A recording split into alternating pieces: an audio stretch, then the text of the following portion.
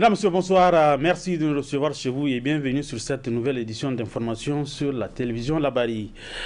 Le palais de congrès de Niamey a servi de cadre hier après-midi pour une conférence publique animée par M. Franklin Nyamsi. Il est le président de l'Institut de l'Afrique des Libertés. C'était en présence des membres du CNSP et de nombreux invités. Le résumé de cette conférence publique avec Boubacar Ibrahim sous des images de Soumel Ablaye. En visite au Niger sur invitation du Conseil national pour la sauvegarde de la patrie, le Dr Franklin Nyamsi a en effet, après Agadez, a animé une deuxième conférence publique au palais du congrès de Niamey. C'est ainsi qu'après le mot de bienvenue du gouverneur de la région de Niamey, de l'acteur social Nouhou Mohamedou Arzika et du secrétaire particulier du chef de l'État Abdrahman Chani, Franklin Nyamsi a partagé avec le public le principe de souveraineté, du patriotisme mais aussi de l'impérialisme. En politique, ils ont mis fin aux mensonges que nos dirigeants, corrompus par les puissances étrangères, ont distillés sur ce sous-continent depuis plus de 30 ans, voire 60 et plus, et assument avec leurs frères et sœurs du Mali, du Burkina Faso, le rôle des 3 étoiles polaires de la révolution africaine du XXIe siècle. Dans la suite de son intervention, Nyamsi a déclaré être convaincu par les qualités intrinsèques du chef de l'État Abdrahman Chani. Arrivant ici à Niamey, une fois de plus dans la nuit, j'ai commencé à être accueilli avec une telle chaleur, une telle énergie, que lorsque je suis arrivé au cœur, au temple du pouvoir nigérien actuel, devant le guide de la nation, entouré par ses compagnons intrépides, je ne vous dirai pas les mots que j'ai entendus, mais je vous dirai l'esprit que j'ai vu. J'ai vu un homme qui est habité par une énergie surnaturelle. D'abord, une simplicité et une clarté dans son discours, et en même temps, une conviction posée, calme, sereine, une intelligence disciplinée. J'ai vu un homme entouré d'hommes qui savent qu'ils n'ont pas le choix. Ils doivent vaincre ou périr. Le réveil d'un titan, rôle des réseaux sociaux et la jeunesse africaine dans la conquête d'une souveraineté assumée et la résilience du continent et positionnement stratégique, géologique et souveraineté des pays membres de l'AES, risques et perspectives, tels sont les thèmes objets de développement pour la circonstance. Qu'est-ce que c'est qu'une personne jeune? On peut être jeune à 90 ans, comme on peut être jeune à 3 ans. La jeunesse, davantage qu'un état biologique, un état corporel, la jeunesse est un état d'esprit. C'est un état d'éveil. Être jeune, c'est toujours, premièrement, être capable d'apprendre.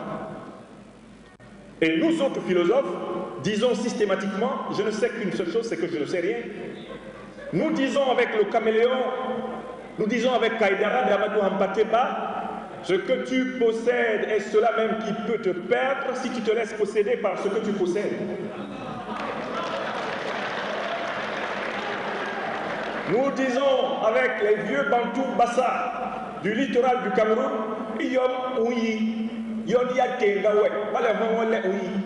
traduction, ce que tu sais est cela même qui risque de t'empêcher de savoir si tu ne sais pas que ce que tu sais ne suffit pas à savoir. Soutenir le nouvel élan nigérien et encourager les nouvelles autorités nigériennes, c'est l'objectif affiché à travers cette visite du président de l'Institut de l'Afrique des Libertés et ses collaborateurs. C'est par une manifestation gigantesque qui a eu lieu cet après-midi que le Front patriotique pour la souveraineté a mis fin à une série de manifestations qui ont débuté donc depuis quelques mois du côté de rond-point de l'Escadrille. Paris gagné pour les membres du FPS plutôt et le peuple nigérien qui a répondu toujours présent aux appels à manifestation du Front patriotique pour la souveraineté. Sekina Tougazibo et Sadoudoumi. Après 4 mois de manifestations pacifiques permanentes au rond-point Escadrille ou place de la Résistance, sur l'initiative de plusieurs organisations de la société civile réunies au sein du Front patriotique pour la souveraineté FPS. Cette manifestation pacifique arrive à son terme ce vendredi 29 décembre 2023 à travers cette géante mobilisation en présence des premiers ministres du Mali, du Burkina Faso et du Niger, des invités d'honneur à cette manifestation historique. Nous avons décidé aujourd'hui d'élever le sitting permanent. Comme le dit l'autre, Moudao Djida, c'est pour retourner et que nous allons démarrer les sentinelles de cette transition.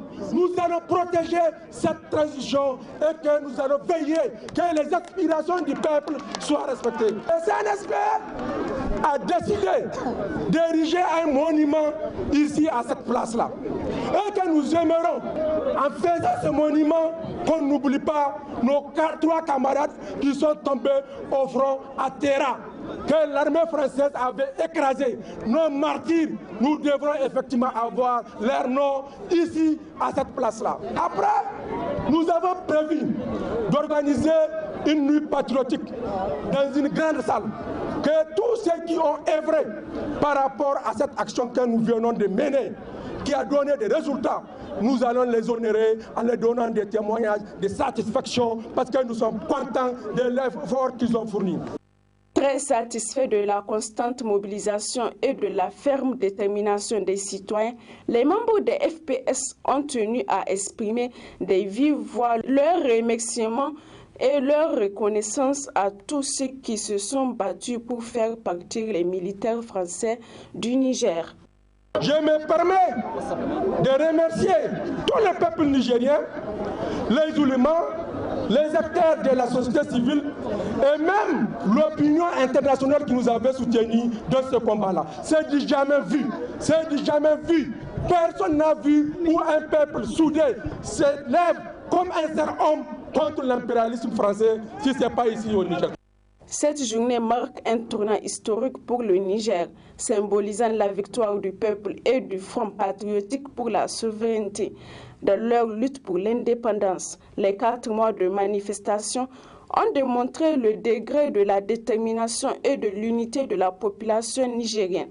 Alors que les manifestations prennent fin, le pays se tourne vers l'avenir avec l'espoir d'une souveraineté renforcée et d'une nouvelle ère de gouvernance. Restons toujours au niveau du rond-point Escadrille où une de nos équipes a interrogé quelques manifestants qui étaient toujours présents donc, aux appels du Front patriotique pour la souveraineté. On écoute quelques manifestants qui ont été interrogés par Cherifatou Dabda. Nous sommes là aujourd'hui pour manifester notre joie parce que nous avons demandé le départ de la base française et vraiment ça s'est bien passé. Et nous sommes vraiment reconnaissants, nous, le peuple du Niger, et nous disons un grand merci au CNSP aussi qui nous a accompagnés dans le départ de cette base.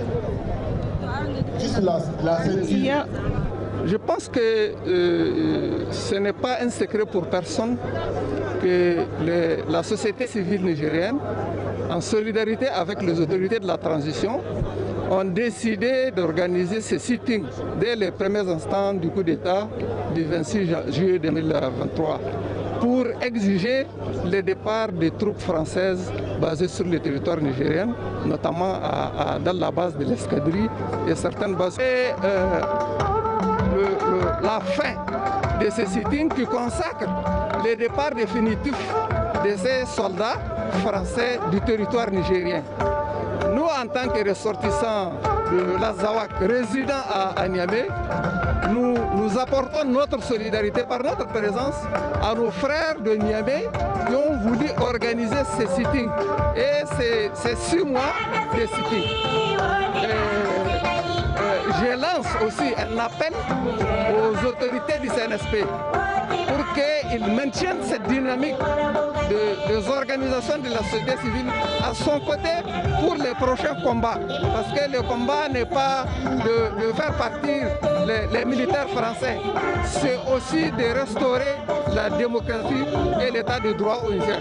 On est là pour soutenir notre CNSP qui aujourd'hui on reçoit des invités vraiment de haut qui sont le Premier ministre du Burkina et celui du Mali.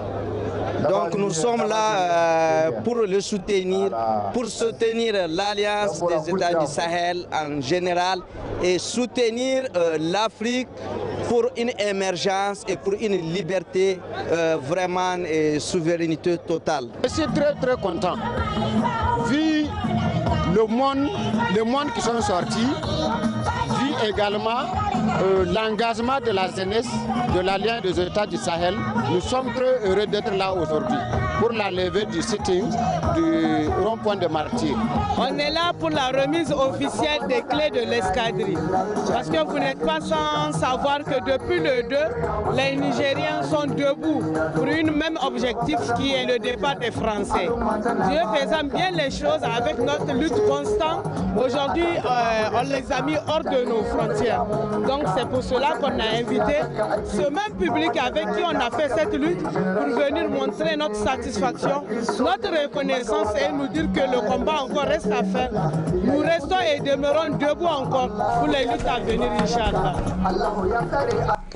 Voilà, du sport dans cette édition d'information. Direction Agadez qui abrite depuis quelques jours les combats de la 44e édition du sabre national.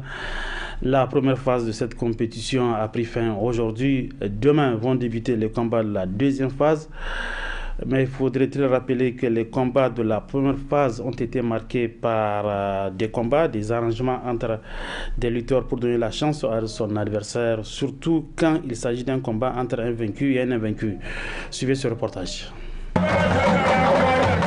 La mobilisation des spectateurs à l'arène de lutte traditionnelle Aboubakar Jibo d'Agadez est vraiment au rendez-vous pour la 44e édition du championnat de la lutte traditionnelle édition 2023. Une arène non seulement mouvementée et rythmée au rythme des tam-tam et bundoua, mais aussi des combats faisant parfois galvaniser le grand public. Mais aujourd'hui, le sport roi du Niger sur lequel repose l'espoir des Nigériens en termes de sport tend à perdre sa crédibilité en raison des combats truqués favorisant une victoire à son adversaire, surtout entre un vaincu et un invaincu. Une situation qui décourage les spectateurs. Combat truqué, c'est pas la chose qui est bonne. Donc l'État il est obligé de lutter bien pour avoir ce qu'il veut avoir. Les gens sont payés pour venir assister, pour voir vraiment de vrais combats. Et malheureusement, ils sont partis mécontents. Ainsi, cette situation d'arrangement entre lutteurs est formellement interdite et punie conformément par le Code de la lutte du Niger. Le combat truqué, comme régit selon le Code de la lutte, le combat truqué, c'est lorsqu'il y a un combat où vraiment une personne qui est déjà terrassée donne volontairement une victoire ou certains actes. Par exemple, il peut délibérément refuser de combattre et pour donner la chance à l'autre pour qu'il soit averti. Pourtant, la lutte traditionnelle qui faisait par le passé la fierté des Nigériens depuis son commencement en 1975 risquerait de perdre ses lettres de noblesse si toutefois des dispositions ne seront pas prises, autres que celles déjà inscrites dans le code de la lutte traditionnelle. Voilà, vous venez de suivre donc un reportage des étudiants de l'ESCOM qui séjournent à Agadez dans le cadre de la 44e édition du sabre national qui prendra fin, Inch'Allah, ce 31 décembre 2023. Ainsi prend fin cette édition d'information, mesdames et messieurs. Merci à vous de l'avoir suivi. Bon début de week-end à tous. Bonsoir.